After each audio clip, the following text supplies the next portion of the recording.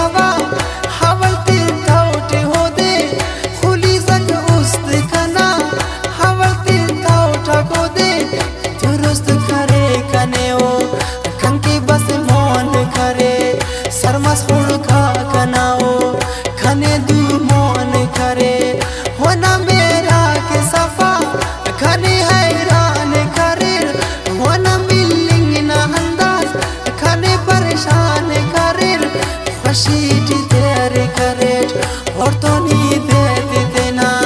किस्मत पर दे सदेकक तितोन मरे न जिता मन दे आने बदी वापस पर दे सहीना तेना सा उजाने ही खलकतन यादुनिल्ला सताई पेरी मना वक्त कने याद कोना बसुरा याद खने मजलिस गप्पा के होना हंदू पर दे सटी दुन मना साल मसुज वापस वतन के तेना हिया से बार बसुज बसुटक खलक तेना हिनाट बरा मसया खनाटक दोस्त तेना हिया मिन्ना मसया हो दे हुराट मेरठ खफा खफा असका हो ख्वाश अल्लाह का दुन सफा मुंजा असका जवा दुश्मन तही का सेवा हमल करेने खनेहान उस्ते तेना या तो बदल करेने खासी दे फारे टंटे हो खनेहान खफाए होना अर मेरा नदुन अंदाज आइनो जिताए फारे सुस पे न से तुन केसनी दोस्ती दुन खने मालूम हरे हरे सक दूल ही दुन खासी दे फारे पाता खने गलत समझबा पता पशवाने मरोस खने लहक इल्बा ले आने मुस्त बेशक ही दुन दोस्ती खरे नुट लेकिन दासा हमोदे तेना उस्तान दरे नुट भरोसानी खनेया है ना जनीन करत हपटर जाई यसी पता यकीन करत दसा उशास कना बदन रग रगेनी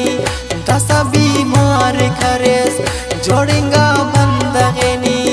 दसा बर्बाद मसुज हमर के हाय खुदा शीशा गंबार बुरा हिनादा उस्त कना तेना बेवसीती लिखा नुट दास थानट तेना हर लौजे लौजे खुला नुट दास थानट अब्दुल मालिक सागर तोबा इश्क नखा खरान खुशी की नानो खाना उस खाना पुर गमान अब्दुल मालिक सागर तोबा इश्क नखा खरान खुशी की नानो खाना उस खाना पुर गमान खुशी की नानो खाना उस खाना पुर गमान उस खाना पुर गमान